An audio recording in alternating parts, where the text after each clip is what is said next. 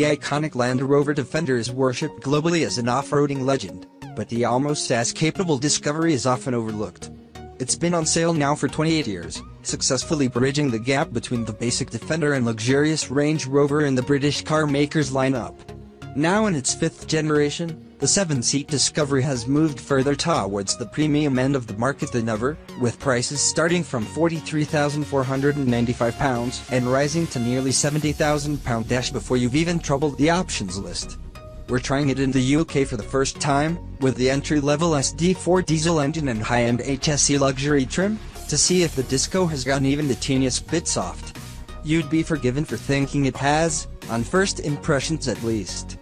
Gone is the unashamedly boxy and imposing look of the outgoing car, replaced by a much more rounded and classy design.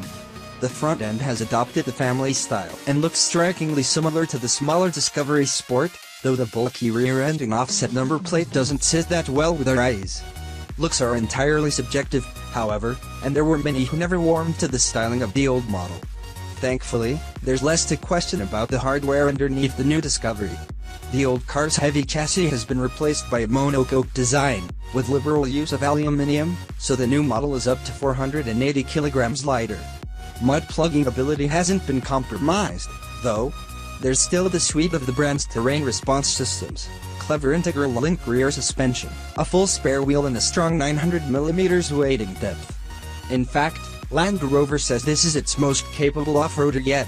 On our test route, which involved plenty of on- and off-road driving, we were impressed by the Discovery's prowess in plowing through and over everything in its path. The multitude of modes in the terrain response system, including new gadgets such as auto steering, trailer assist, low-speed off-road cruise control, and low-traction launch, can give even the novice off-roader confidence in the car's ability. However, where the old car was hugely capable off the road but a bit of a lumbering beast on it, the new Discovery expertly balances both. The reduced weight shows up in greater agility in the bends and an unflappable composure. Granted, this is still a 2.2-ton family SUV, so there's plenty of body lean and the steering isn't exactly super sharp, but it's far more car-like and is keener to respond to inputs than it's ever been. Most importantly, though, the Discovery 5 hasn't lost a supple and relaxed feel in its control weights and suspension. It's not really at home when pushed hard, where the body starts to shudder over mid-corner jolts, but soften the pace and the body stays nicely level over bumps and crests. The ride can get slightly jittery over certain poor surfaces, but most of the time it's extremely comfortable, thanks to the soft seats and excellent driving position.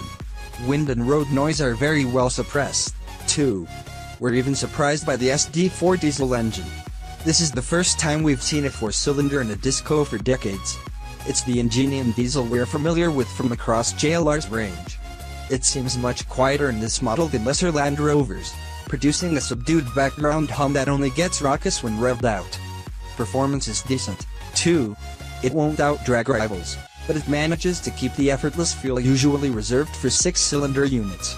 You can still have a 6-pot diesel for only 1,500 pounds extra, but it only takes 0.2 of a second off the 0-62 miles per hour time, and both versions have the same 3,500 kilograms towing capacity.